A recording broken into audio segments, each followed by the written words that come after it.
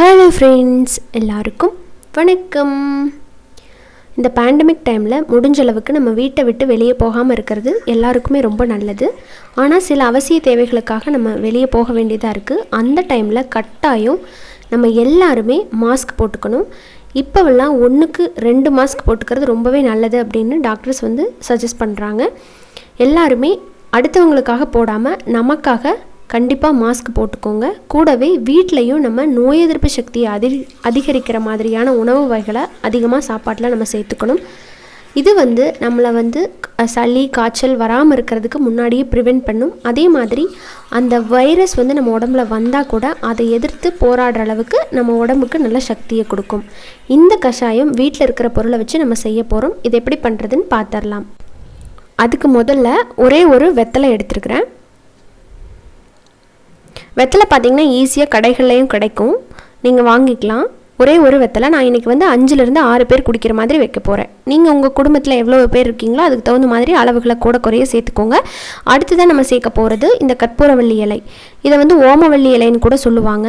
சின்ன குழந்தைகளுக்கெல்லாம் சளி பிடிச்சிருச்சு அப்படின்னா இதை தோசைக்கல்லில் போட்டு அப்படியே வாட்டி அந்த தண்ணியை புழிஞ்சு கொடுப்பாங்க.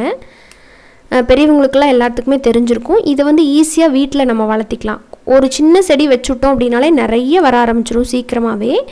இதில் மருத்துவ குணங்கள் நிறைய இருக்குது. மருத்துவ குணங்களை சொல்ல ஆரம்பித்தோம் அப்படின்னா வீடியோ ரொம்ப லென்த்தியாக போகும். இதில் நம்ம சேர்க்குற பொருள் எல்லாமே பார்த்திங்கன்னா நல்லா சளியை கண்ட்ரோல் பண்ணி உடம்புக்கு நல்ல ஒரு இம்யூனிட்டி பவர் கொடுக்கும். அடுத்ததான் நம்ம சேர்க்க போகிறது துளசியும் அதே மாதிரி நல்லா சளி பிடிக்காமல் இருக்கிறதுக்கு ஹெல்ப் பண்ணும். அதில் பார்த்திங்கன்னா கருந்துளசி, இந்த மாதிரி பச்சை துளசி கிடைக்கும். நீங்கள் எது கிடைச்சாலும் அதை யூஸ் பண்ணிக்கலாம். அதில் இருந்து அந்த பூவையெல்லாம் சேர்க்காமல் வெறும் தலையை மட்டும் சேர்த்துக்கோங்க. அடுத்ததாக பார்த்திங்கன்னா வேப்பந்தலை ரொம்ப கொஞ்சம் கொழுந்தாக பார்த்து எடுத்துக்கோங்க. கொஞ்சமாக தான் நான் சேர்த்துருக்கேன். பார்த்திங்களா, 5-6 பேர்த்துக்கு குடிக்கிறதுக்கு இவ்வளோ போட்டால் போதும். ரொம்ப சேர்த்தோம்னாலும் கசப்பு அதிகமாயிரும், குழந்தைகளாக குடிக்கிறதுக்கு பிடிக்காதவங்களுக்கு. அதனால இந்த மாதிரி கொழுந்து தலையாக எடுத்துக்கிட்டிங்கன்னா கசப்பு கொஞ்சம் கம்மியாக இருக்கும். இந்த அளவுக்கு எடுத்துக்கோங்க. இலைகள் பார்த்திங்கன்னா இந்த 4 தான். அடுத்து தான் நம்ம வீட்டில் இருக்கிற பொருளை சேர்க்க போகிறோம். என்னென்ன அப்படிங்கிறத பார்த்துடலாம். இப்போ இந்த 4 இலைகள்லையுமே உங்களுக்கு கிடைக்காத இலை ஏதாவது இருந்ததுன்னா அதை நீங்கள் ஸ்கிப் பண்ணிவிட்டு கிடைச்சதை மட்டும் போட்டு கூட பண்ணிக்கலாம். அடுத்ததாக இதில் ஒரு 1/2 டீஸ்பூன் அளவுக்கு சீரகத்தையும் இடித்து வச்சுருக்கிறேன். கூடவே இஞ்சியும் ஒரு துண்டு இடிச்சிருக்கிறேன். ஒரு 4லேருந்து 5 பல்லு பூண்டு.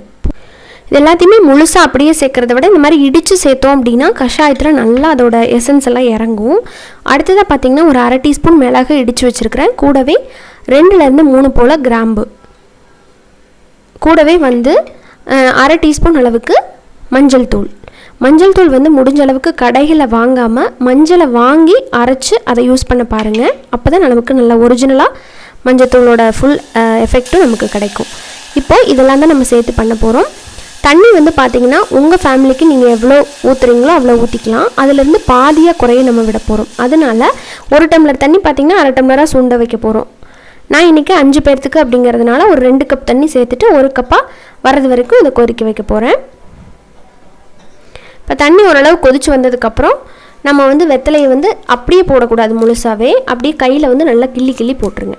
கிள்ளி போடும்போது சீக்கிரத்தில் உங்களுக்கு அந்த தலையில் இருக்கிற எல்லா எசன்ஸும் அந்த தண்ணியில் இறங்கிடும்.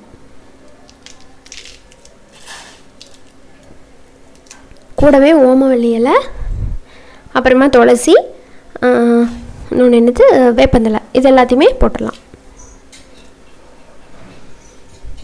இந்த கஷாயத்தை யார் வேணாலும் குடிக்கலாம். ஸோ உங்களுக்கே தெரிஞ்சிருக்கும், இது நம்ம வீட்டில் சேர்த்துற பொருள் தான், எல்லாமே நம்ம சாப்பிட்ற பொருள் தான். பார்த்திங்கன்னா மிளகு, கிராம்பு, சீரகம், இஞ்சி, பூண்டு, அப்புறம் மஞ்சத்தூள் எல்லாத்தையுமே நம்ம வரிசையாக சேர்த்துடலாம். இதில் ரெஸ்ட்ரிக்ஷன்ஸ் எல்லாம் எதுவுமே கிடையாது, யார் வேணாலும் குடிக்கலாம். குழந்தைங்களுக்கு கொடுக்குறீங்க அப்படின்னா ஒரு 1/4 டம்ளர் கொடுங்க. பெரியவங்க குடிக்கிறீங்க அப்படின்னா 1/2 டம்ளர் நீங்கள் தாராளமாக எடுத்துக்கலாம். வாரத்தில் 2 டைம் நான் இந்த மாதிரி வீட்டில் செஞ்சு குடிக்கிறோம் இப்போது. ஸோ இது கொஞ்சம் நல்லா எஃபெக்டிவாகவே இருக்குது. சளியெல்லாம் பிடிக்கவே பிடிக்காது இது முதவே நம்ம குடிச்சுக்கிட்டோம் அப்படின்னா. அதே மாதிரி பூண்டில் pH லெவல் அதிகமாக இருக்கிறதுனால இந்த மாதிரியான ஃபுட்ஸ் நீங்கள் டெய்லி எடுத்துக்கணும். இஞ்சி பூண்டெல்லாம் சாப்பாட்டில் அதிகமாக சேர்த்துக்கோங்க. இப்போ பார்த்தீங்கன்னா கரெக்டாக ஒரு 20 நிமிஷம் கிட்ட நான் நல்லா சுண்ட விட்டுட்டேன். இப்போ பாதியாக குறைஞ்சி வந்திருக்கு. கஷாயம் பாருங்கள் கலர் எந்த மாதிரி இருக்குன்னு. இதில் கொஞ்சம் கசப்பாக இருக்கும் அப்படிங்கிறதுனால கடைசியாக நம்ம என்ன சேர்த்துக்க போகிறோம் அப்படின்னா பனங்கல்கண்டு. இந்த பனங்கல்கண்டு பார்த்திங்கன்னா இந்த சளிக்கு வந்து ரொம்ப நல்லது. அதே நேரத்தில் இதனோட மருத்துவ குணங்களும் ரொம்ப அதிகம். பனங்கல்கண்டு இல்லாத பட்சத்தில் நீங்கள் வெல்லம் சேர்த்துக்கலாம். ஆனால் வந்து முடிஞ்ச அளவுக்கு பனங்கல்கண்டு சேர்த்துட்டிங்கன்னா ரொம்ப நல்லது. இது நல்லா கரைஞ்சதுக்கப்புறம் ஒரு பாத்திரத்தில் இந்த மாதிரி வடிகட்டிட்டு நீங்கள் குடிச்சிக்கலாம். இது வந்து டேஸ்ட் எப்படி இருக்கும் அப்படின்னு கேட்டிங்கன்னா கொஞ்சம் கசப்பாக தான் இருக்கும் நம்ம வேப்பந்தலை சேர்த்துருக்கிறதுனால. மற்ற பொருள்லாம் கசப்பு கிடையாது, அந்த வேப்பந்தலை மட்டும் கொஞ்சம் கசப்பை ஏற்படுத்தும். அதனால தான் நம்ம பனங்கல்கண்டு சேர்த்துருக்குறோம். இப்போ எல்லா சுவையோடவும் நல்ல சத்தான இந்த கஷாயம் வந்து ரெடி ஆகிடுச்சு. இதை வடிகட்டிட்டு இந்த மாதிரி உங்கள் குழந்தைகளுக்கும் நீங்களும் முடிஞ்ச அளவுக்கு நம்ம தற்காத்துக்கிறதுக்காக இந்த மாதிரி விஷயங்களை நம்ம உணவில் சேர்த்துட்டு வர்றது தப்பு இல்லையே. இதெல்லாமே நம்ம பெரியவங்க நமக்கு சொல்லி கொடுத்த விஷயந்தான்.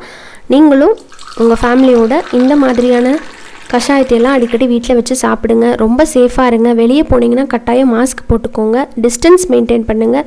சீக்கிரமாக இந்த பிரச்சனையிலேருந்து நம்ம வெளியே வரணும் அப்படின்னா நம்ம தான் அதற்கான முயற்சியை எடுக்கணும் இல்லைங்களா? நன்றி. இன்னொரு வீடியோவில் உடனே பார்க்கலாம்.